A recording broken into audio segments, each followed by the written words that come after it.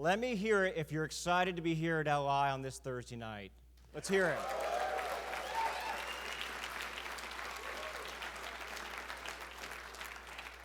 That is the DU spirit. This is especially exciting for me to invite you into my adopted hometown here of Indianapolis, the home of our international headquarters. We've been headquartered here in Indianapolis for more than 45 years, and our last Leadership Institute was here 20 years ago. Tomorrow, each of you will have the opportunity to tour the headquarters at 8705 Founders Road and see many of the historical artifacts that we have there on display. You'll be able to visit the Founders Memorial Courtyard and see the home of our headquarters. I want to thank especially our past two historians of the fraternity, Craig Sal and Bill Briscoe, because they've done a great job of putting on a display at the headquarters that you'll all get to enjoy tomorrow. Let's thank those two brothers for the work they've done.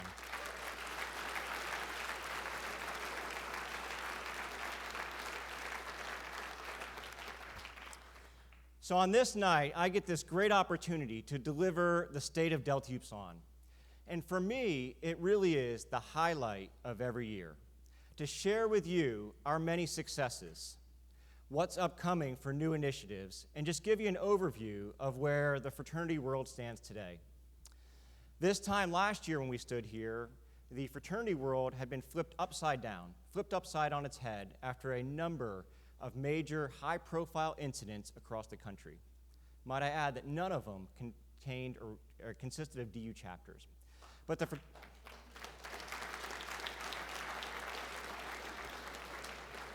my guess was that was Jordan Lotsoff, our loss prevention chairman, giving applause to that.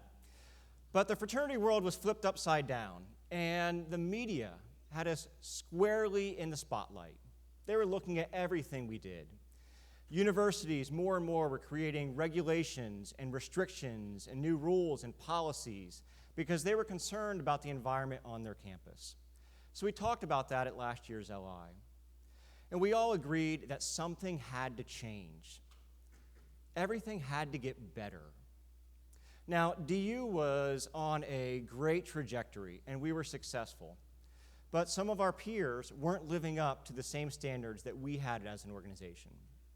So many of you on your campus, you have an IFC that helps govern the chapters. For us, we have the NIC, and that's for the 73 men's fraternities across the country. And we said that NIC, our trade association, has to be better. It has to take our peers and hold them accountable for their actions. And so in the last year, that entire board of the NIC was turned over. The entire staff was moved on. There's a new governance, a new staff, and Delta Upsilon was a leader in driving that change. Because we need every other national fraternity to be on the same path and trajectory that we are. We need the chapters on your campus to be upholding their values like I know that our chapters have been. So the last year has been about change in the interfraternal world. And a lot of that change has been driven by our leadership in that cause. So when you think about your own campus, you probably look and say, there's a chapter that just is not living up to the standards that we have set. We want our community to be better. We want to have a better reputation. You really can hold other chapters accountable like we did for other national organizations. Because the NIC today is in a much better place to serve the entire industry because we've said enough is enough. But while all that was happening over the last year, Delta Upsilon, once again, had one of our most successful years in history. And that's what I'm going to talk about tonight, is the success that we had over the last year and introduce you to the many new initiatives that we're going to roll out in the year to come. So in the past 5 years, 5 to 7 years, there's been a lot of change in DU. You've seen the many new programs. We have the dual program where we go to Williams. We have the Men of Merit Initiative, the new Associate Member Education Program. It's been a lot of change and a lot of new programs. But all that change and these new programs were intentional. They were purposeful and by design. In 2009, at the Leadership Institute, our then president, Dr. Bernard Franklin, said, Delta Upsilon has been around for 175 years. And we've been successful for 175 years, but the global society around us is changing. So who are we going to be for the next 25 years? Bernard pulled together some of the brightest minds in our fraternity and higher education and in leadership and said, what should a fraternity be in this 21st century? What does the leading men's fraternity look like on a college campus? And he created the President's Task Force in 2009. That task force evaluated everything that we do, and they created a plan and a vision for what DU could become.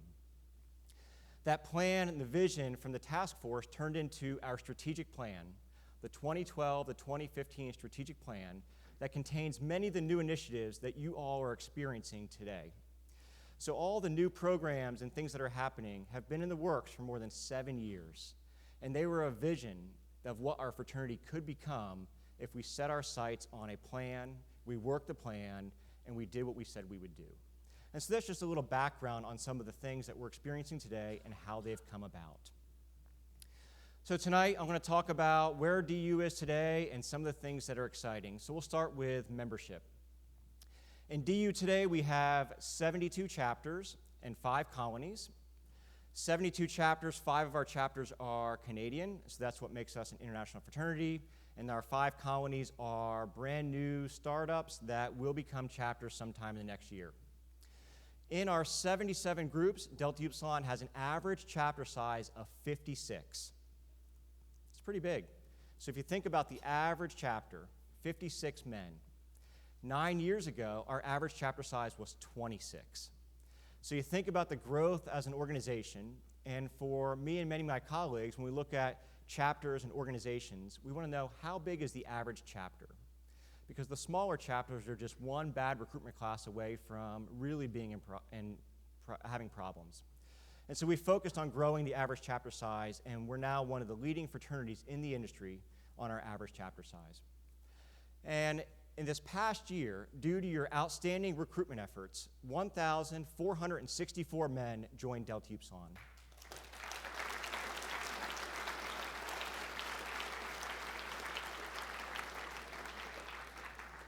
That is the second largest recruitment class in our fraternity's history.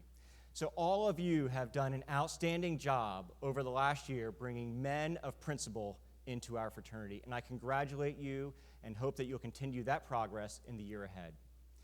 And so if we look at our fraternity growth over the last 9 years, as we sit here today, or as the end of the last academic year, we had close to 4,200 members. It's down slightly over this time last year. The fraternity board, in their plan, that strategic plan, said, we're going to hold chapters accountable that aren't living up to the DU values. And there were 4 chapters last year that the fraternity board had said, we've invested a lot into these chapters. We provided a lot of resources. We've done a lot of chapter servicing visits, but they're just not upholding the DU values.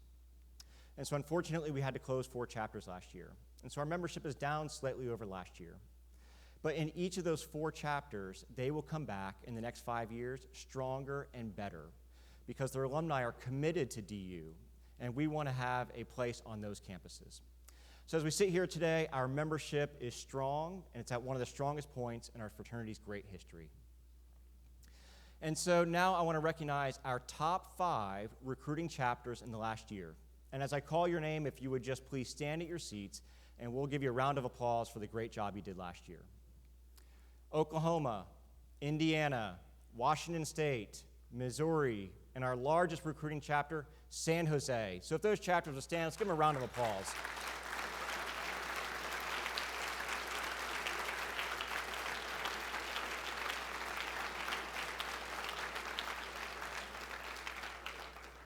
Great job, brothers. Congratulations to you. Last year, we started a new colony at Northwestern. Delta Upsilon has had a long presence at Northwestern. Unfortunately, the chapter closed a couple years ago, but we brought the chapter back this spring. We have 40 men at Northwestern. Let's welcome them back to DU and thank our Northwestern brothers for being here. Let's give them a round of applause.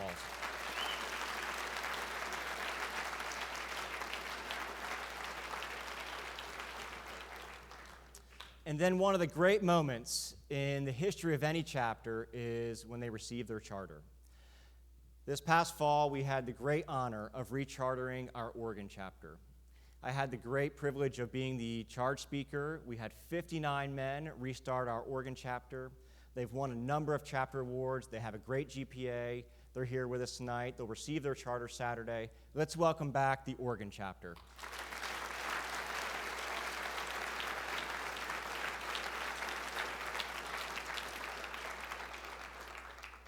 And so let me give you a sneak peek of where DU is going next in our expansion efforts.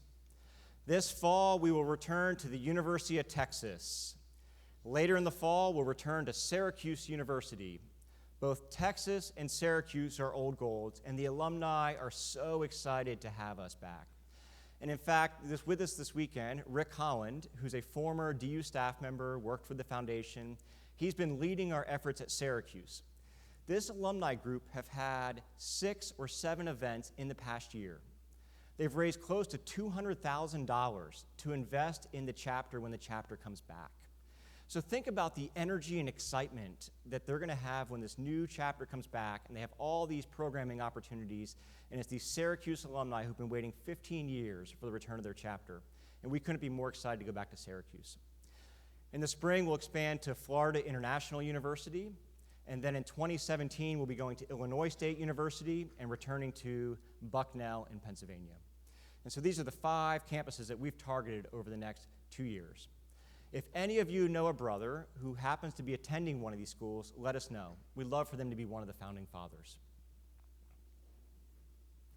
Next, we want to talk a little bit about our educational programs, because in that strategic plan, investing in your leadership programming was one of the top priorities. And we've grown our programming portfolio, and we're proud of the programs that we can offer, like this one here at LI. Let's watch a quick video to highlight and recap last year's educational programs.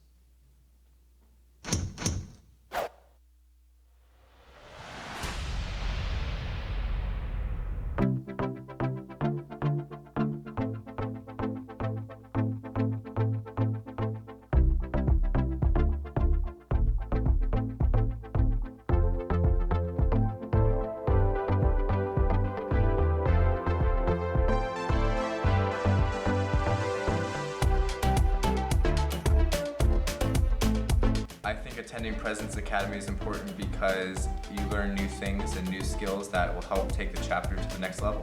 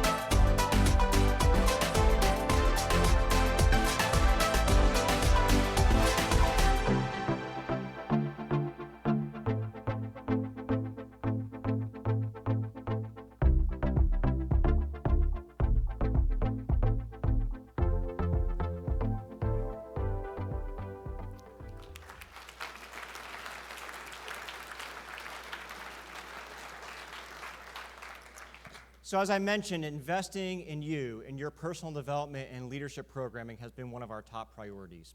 Last year, we were proud to say that more than 1/3 of our members attended one of our national leadership programs. And our goal is to get to the point where at least 40% in a given year of our undergraduates are attending leadership programs like this here at the Leadership Institute. I want to talk a little bit about our Global Service Initiative, our international philanthropy and service project. And as you know, chapters raise money throughout the year to support our projects that we do in developing countries and around the United States. In our chapters, each of you set a record on our fundraising efforts, raising more than $83,000, and we'll recognize you tomorrow, but I wanted to say thank you tonight for your work to raise money for the Global Service Initiative. Give yourselves a round of applause. Great job.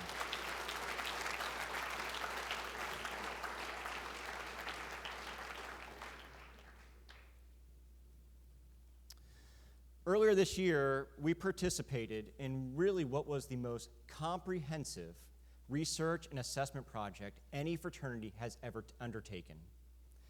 If you've met with any alumnus, you hear the stories of my fraternity experience, my DU experience helped me become the man I am today. Every one of us has talked to somebody who would say their time as an undergraduate helped shape who they are. Thousands of men and women across the country for the last 100 years all have those stories. They're very personal. They mean a lot to each individual person. But in today's society, people are asking, how do you actually know that the fraternity is having the impact that you say? With fraternity under scrutiny from everybody, we have to be able to prove our value and our worth. And we participated and really created this research and assessment project to say, yes, we are adding value to the lives of undergraduates. Our men are growing and developing. And so this project is the first of its kind, and we have data that no other organization has ever had and is not even thinking about. And it's data that's going to help us make more informed decisions. It's going to help us tweak our programming, and it's going to help us refine the DU experience. And so I want to thank each of you because we had 79% of our membership complete this assessment. And so what we do have now is valid data for every one of you. And each of your chapters will receive your chapter reports, highlighting your strengths and your weaknesses, and then we'll work with you on where you can improve the chapter. So we couldn't be more pleased that you took the time at your chapter meetings. And I know many of you chapter presidents were emailing and calling and hounding guys to say, complete that assessment. International really wants you to do it. We couldn't thank you enough for doing it because it is giving us data to make decisions and prove that DU is doing what it say it does and that no other fraternity has that information. So I'm going to share a couple of the highlights and snapshots with you today, and you'll learn more throughout the weekend of what we learned. Close to 9% of our undergraduate members are legacies. For the first time, we have membership demographics on the DU undergraduates. Close to 79% of our membership identify as white. And frankly, that number is a little different than I thought. I didn't think our fraternity was as diverse as it is. And so this is good data for us to have in our first snapshot. We also looked at your household income from the parents or from your family households. And you can see that 35% of you responded that you come from households with incomes of more than $150,000. Interesting data to look at, isn't it? And so for the first time, we're starting to reveal and show you some of this. In that research project, there were 24 different areas that we measured and studied. And as a fraternity, 5 of those measures jumped out at us to say, we are achieving higher than the average fraternity man. Our men are growing more and are higher than the average male student in 5 areas at a significant rate. There are other areas that we were better in, but these 5 areas really stood out and said, wow, DU is making a difference in the lives of their men in these 5 areas. The first one was ethical leadership. Our men are using their ethics to make decisions. They're not letting campus and community culture influence the decisions they make. They're making ethical-based leadership decisions. We're scoring higher than other fraternity and average men. The second one is alcohol use, and they measured binge drinking and the severity of the alcohol use. And it's saying our fraternity men are binge drinking on a weekly rate lower than other fraternity men. Hazing tolerance. How severe is the hazing in our chapters? What is the attitude towards hazing? And we found that hazing tolerance in DU chapters is lower than other fraternity chapters. Social justice. Our men have a greater understanding and openness to social justice attitudes, and cultures. And the last one, we have a greater openness to diversity. That as an undergraduate population, we're more open to others' ideas, other populations. We're more inviting into our membership. And so if you step back and really look at those 5 as a whole, what do they say to you? Well, here's what they say to me. We're a non-secret fraternity, and we have been since we were founded in 1834. And so I would expect that our hazing tolerance is lower, and it was. And so that's something that we can all be proud of as DUs. I think that ties back to our non-secrecy. Alcohol use, we like to have a good time, we socialize, but you know what? We know when to say when, and we look out for our brothers, and we don't use the fraternity solely as a place to party. Then look at those next 3. Think about how they connect to our principles. Are men having a greater attitude towards social justice? We are a fraternity with a foundation of justice. Yes, we are living our values. We are men who act in just ways. Our openness to diversity connects directly with the diffusion of liberal culture. And the last one, ethical leadership, to me, connects directly to the development of character. And so what we're seeing here is that our principles are being lived out by our members day in and day out. And in these areas, we're embodying these values and principles more than other college students and other fraternity men. And so we have that to be proud of, and that's a story we're going to share. I've had 2 interviews with media outlets in the last month, and we've referenced these data points to talk about our fraternity and what we're doing. And on Saturday, the researcher who conducted the research will be here to meet with all of you to discuss your chapter reports and share more about the data. I think this is one of the most exciting things we've done in my time as executive director, because it's allowing us to tell a story that we all knew inside, but we just didn't have the information to back it up, and now we do. So what's next? What can you expect in the upcoming year? Today, a group of our undergraduates did a service project here in Indianapolis. We connected with the American Red Cross, and we went out into the community and we installed smoke detectors in some of the poorest areas and neighborhoods of Indianapolis. Earlier today, the board of directors approved a proposal for us to begin a pilot national partnership with the American Red Cross.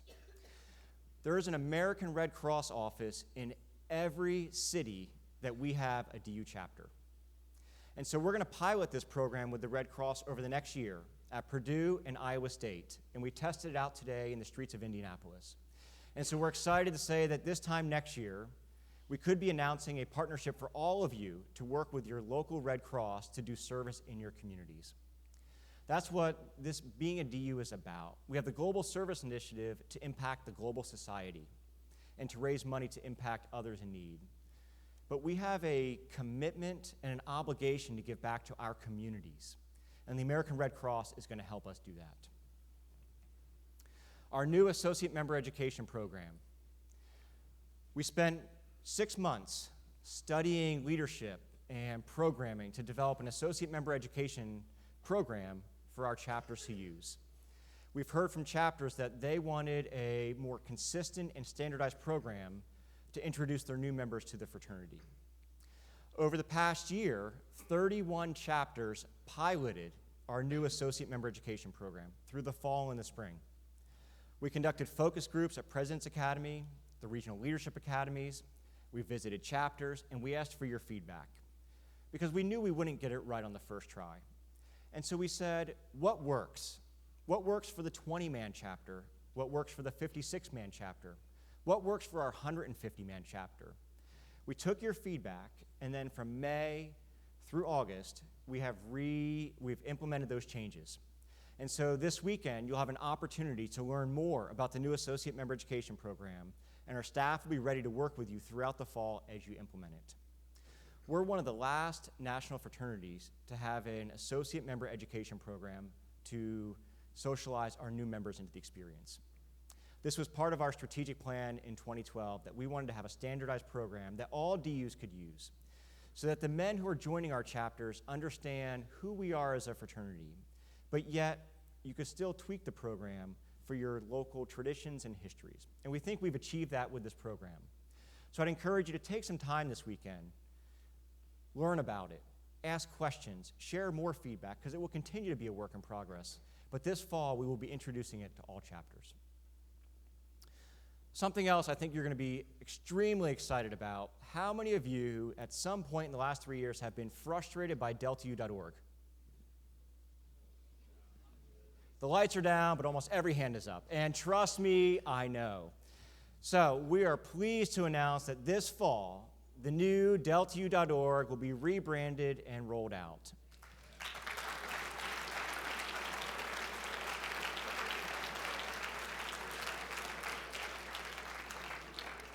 And I thank you for your patience over the last year, but we wanted to get it right. We wanted to have a website that we could all be proud of that really represented the DU brand. It'll be mobile enabled. We'll have more resources. You'll be able to register for programs. You'll be able to easily upload your new associate members and your new initiates. You'll be able to check your chapter finance balances. And so we wanted to take some time and really create a website that's going to work for you. The website's going to also have a new CEP portal. We trimmed down a lot of the activities in the CEP. It's going to be streamlined. It's going to be much faster. You're not going to be bogged down on a Sunday night. It's like, gosh, we have 30 chapters. They're trying to upload 100 activities, and I know it can be frustrating. So the new CEP is going to make all of your lives easier and streamline this process. And while we were doing it, we said, which of the CEP activities make sense today? And which ones can we remove? And so I think when you see the new CEP, you'll be pleased to see that these are the activities that make a chapter great.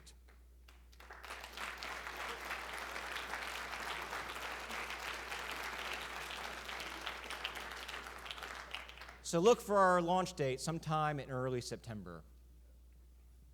So we talked about all of our successes in this past year and how DU has been a leader on the national scene. And we've been recognized for the work we're doing.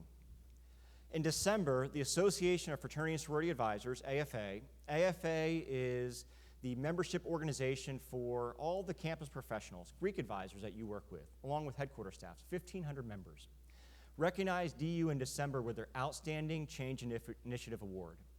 They said the efforts that your organization has undertaken in the last 6 years is worthy of recognition. And we're going to say the change that you've created is a model for other fraternities and organizations to look at. And we were recognized with that award in December. And just 2 weeks ago, the American Society of Association Executives sent us a letter and said that we will receive a Power of A Silver Award in late August at their meeting. Let me tell you who ASAE is. ASAE is the Association for Nonprofits and Association Executives. Thousands of members. This is the premier association for all nonprofits. And we are being recognized for our Global Service Initiative as an innovative educational program and experience as one of the best educational programs that any nonprofit in the country is offering. So think about that.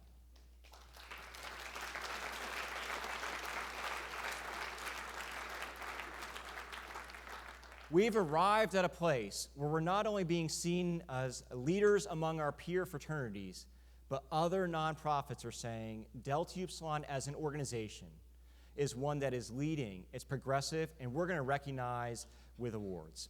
And so I think all of us can be proud of the change that has happened throughout the fraternity, and we're being recognized nationally for it. And finally, I want to thank the Delta Upsilon Educational Foundation, because it's the DU Foundation that makes so much of what we do possible. On Saturday at lunch, we'll recognize our donors, but I truly believe that the alumni and the undergraduates who are giving to the foundation, that they're investing in each of you in this experience, deserve our thanks every opportunity we can get. 34 of you are here on full paid scholarships from the Delta Upsilon Educational Foundation. Others of you, is that Craig Sal? Yes. God. Others of you, your alumni, have invested to help support or subsidize your travel, to pay for your education, because they believe in you. They believe in what we're doing.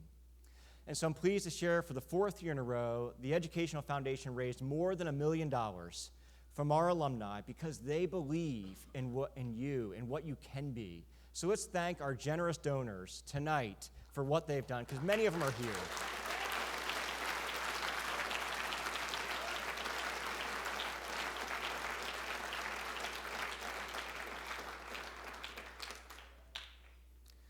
So, brothers, the last year has been another fantastic year for our fraternity.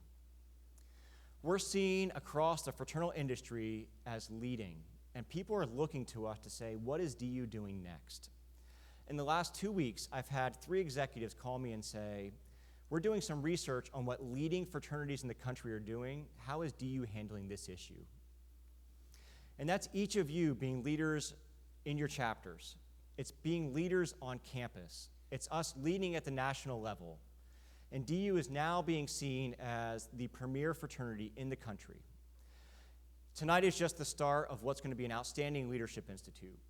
The last year is behind us, and today is, for me, the start of this next year.